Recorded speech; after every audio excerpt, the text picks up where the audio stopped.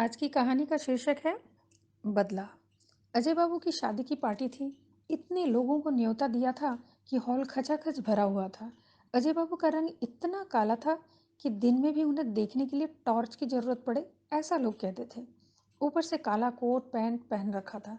आप ही सोचिए वे कैसे दिख रहे होंगे। भारी गर्मी में उनका यह पहनावा देखकर शायद गर्मी के इस मौसम को भी शर्म आ रही होगी, पर उन्हें जरा भी इन बातों का ध्यान तो था ही नहीं। शायद कोई ज्ञान भी नहीं था। लोग पीछे पीछे बहुत हंसी मजाक भी कर रहे थे। सबकी एक ही चाह थी कि जरा दुल्हन को देख ले। पता नहीं इस कोयले के खदान ने कैसी बीबी लाई होगी।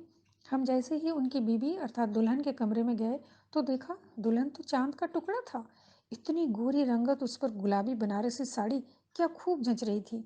गाल तो रसगुल्ले की तरह कोमल और बाल तो कमर तक लटक रहे थे। इतनी प्यारी और सुंदर लड़की को कहाँ से ले आए थे अजय बाबू। प्राय सभी लोग कानाफूसी कर रहे थे। अरे, भालू के गले में मोतियों का हार। कोई कहता है इतनी सुंदर लड़की के घर वालों को आखिर इसने पटाया कैसे। मैं भी सोचने लगी, भला लड़की क्यों मान गई इस बेडौल आदमी से शादी करने के लिए। उम्र में भी काफी फर्क नजर आ रहा था। क्या लड़की वाले गरीब हैं क्या, वगैरह वगैरह। बच्चे लोग तो अजय बाबू की बड़ी हुई तोंद देखकर हंस रहे थे। सर पर एक काली टोपी भी पहन रखी थी। पता नहीं ये ड्रेस सेंस किसका था, किसने यह उनको सलाह दी थी, और किसने भला यह कॉम्बिनेशन का सुझाव दिया था उन्हें। अजी, भला उन्हें कौन सुझाव देता। वे तो अपनी ही मनमानी करने वाले ही थे और हमेशा करते भी थे। कुछ लोग यह भी फुसफुसा रहे थे कि सुना है अजय बाबू बड़े कंजूस आदमी हैं। पता नहीं इस प्यारी सी बीबी का ठीक से ख्याल रखेंगे भी नहीं या नहीं। उस दिन अजय बाबू की पार्टी का केंद्र बिंदु उनकी पत्नी की बजाय वे ही थे।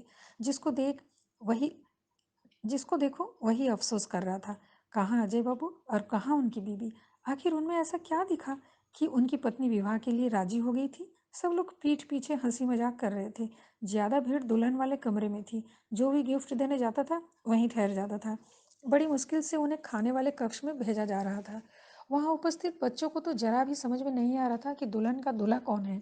और जैसे ही उन्हें पता चलता कि वह बड़ी बड़ी डींगे हाँकने वाला मुच्छड़ अंकल ही इस प्यारी सी आंटी के दूल्हा है, तो वे बच्चे हंसने लगते और कुछ बच्चे तो विश्वास ही नहीं कर पा रहे थे। दूसरे दिन मुझे भोपाल जाना था। तबादला हो चुका था मेरा। सामान तो पहले ही मैं भेज चुकी थी। इस तरह काम और तबादला के चक्कर में 7 वर्ष कैसे बीत गए, मुझे भी खुद समझ में नहीं आया। इस इस बार सुन रही थी पुनः मेरी तबादला वहीं हो रही है जहां मैं 7 वर्ष पहले रहती थी। पुराने मित्रों की याद आने लगी। मकान मालकिन बड़ी भली थी। न जाने वे सब कैसे होंगे। इस बार वहां जाने से पहले मकान मालकिन मौसी जी से मिल लूंगी। आखिर घर जो चाहिए। इन 7 वर्षों से मैंने एक बार भी उन्हें फ़ोन नहीं किया, और इन 7 वर्षों में मैं अजय बाबू को भूल भी चुकी थी। काम का बोझ भी इतना बढ़ चुका था कि इधर उधर की बातों के लिए मेरे पास समय भी नहीं था। सड़क वो गलियां काफी बदल चुके थे। अब तो अपने पुराने शहर का वो मोहल्ला पहचाना ही नहीं जा रहा था। मौसी जी ने अपने घर को और भी बड़ा बना लिया था। एक ही हिस्सा एक हिस्सा गर्ल्स हॉस्टल बना रखा था। मैं उनके पास एक किराए के घर की तलाश में बड़ी उम्मीद से गई थी। मैं जैसा चाह रही थी वैसा ही हुआ। मौसी जी ने बड़े प्यार से मेरा स्वागत किया। मुझे मेरा पहला वाला मकान ही उन्होंने किराए पर दे दिया। वे कहने लगी, तुम्हारे जाने के बाद उस घर को मेरा छोटा बेटा ले रखा था। 2 माह पूर्व वह विदेश चला गया है। तब से और किसी को मैंने किराए पर यह कमरा नहीं दिया। पिछली बार तो तुम खुद खाना बनाकर खाया करती थी, पर इस बार तुम्हें वह तकलीफ नहीं होगी क्योंकि हॉस्टल में खाना बनता है। सो तुम चाहो तो वहाँ से खाना मंगवा सकती हो। मेरे सर से बहुत बड़ा बोझ उतर गया क्योंकि खाना बनाते बनाते मेरा दिमाग खराब हो जाता था। कभी कच्चा रह जाता था तो कभी जल जाता था। इसी तरह मेरी जिंदगी चल रही थी। शाम को दफ्तर से लौटी ही थी कि मौसी जी ने चाय पर बुला लिया। वो भी अकेली रहा करती थी। बातों ही बातों में उन्होंने अजय बाबू का जिक्र किया। मैंने बड़ी उत्सुकता भरी नजरों से सामने वाली मकान पर नजर दौड़ाई। मौसी ने कहा, ये जो सामने वाली मकान देख रहे हो ना, यहीं पर अजय बाबू रहता था। तुम तो जानते ही होगे। मैंने हामी भरते हुए पूछी, अब वो क्या यहाँ नहीं रहते हैं। मौसी ने गुस्से से कहा, रहते हैं ना, पर क्या बताऊं, पत्नी के साथ अच्छा व्यवहार नहीं करते।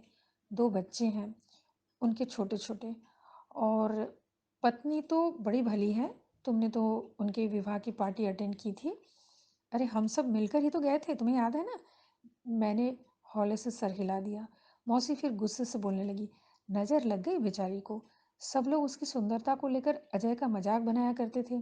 बस फिर क्या था, शादी के 2 माह ही बीते होंगे, उसने अपनी बीवी को मारना पीटना शुरू कर दिया। ईगो है, ईगो प्रॉब्लम। नौकर भी छुड़वा दिया, बीवी का घर से निकलना बंद करवा दिया। बेचारी सब कुछ चुपचाप सहती रही। मुआ अपनी बीवी को मेरे घर तक आने नहीं देता। देखते ही देखते उसे 2 बच्चों की माँ बना डाला। बेचारी उसी की ही तो उम्र खेलने खाने की थी। अभी 2 बरस रुक जाता। तुमने तो देखा था ना कितनी सुंदर थी वो, उसकी पत्नी। अब तो बस बदन में हड्डियां ही भर रह गई हैं। वो दूधिया रंगत अब नहीं रहा। चेहरे पर तो बुढ़ापा उभर आया है। 25 की उम्र में वो 50 की लगने लगी है। मैं चुपचाप उनकी बातें सुन रही थी। फिर धीरे से पूछ बैठी, पर अजय बाबू ऐसा क्यों कर रहे हैं मौसी जी? मौसी बड़ी बड़ी आंखें करती हुई बोली, सब जलन है बेटा, जलन। वो जिसे ईगो कहते हैं ना, वही। लोग उसकी बीबी की सुंदरता देखकर अजय के बेढंगे डील डॉल का मजाक बनाया करते थे। बस इसी बात से वह जल गया और अपनी बीवी पर जुर्म ढाने लगा।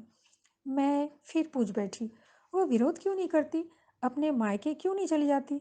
मौसी आंखें पोंछते हुए बोलने लगी, मैंने भी एक दिन उसे चुपके से अपने घर बुला भेजा था और पूछा था, तो वह रोने लगी। कहने लगी, मायके में उसका कोई नहीं है। बचपन में ही माता पिता एक दुर्घटना में चल बसे थे। मामा ने पाल पोस कर बड़ा किया था, पर अब तो वो भी नहीं रहे। वो रो रही थी बेचारी। उसे ठीक से खाने पीने भी नहीं दिया जाता है, ऐसा मुझे लगता है, ताकि वह दिनों दिन कमजोर होती रहे, उसकी सुंदरता नष्ट होती रहे, लोग फिर उसकी तारीफ ना करें। जानबूझकर बच्चों की लड़ी लगा रहा है ताकि उसका स्वास्थ्य गिरता रहे। किसी के घर जाने भी वो नहीं देता है, और उसके घर कोई जाए तो उसे भी यह पसंद नहीं है, अर्थात अजय बाबू को। मैं घर लौट आई थी। उस रात मैं सो न सकी। बार बार अजय बाबू की पत्नी का मासूम चेहरा आंखों के सामने घूमने लगा था।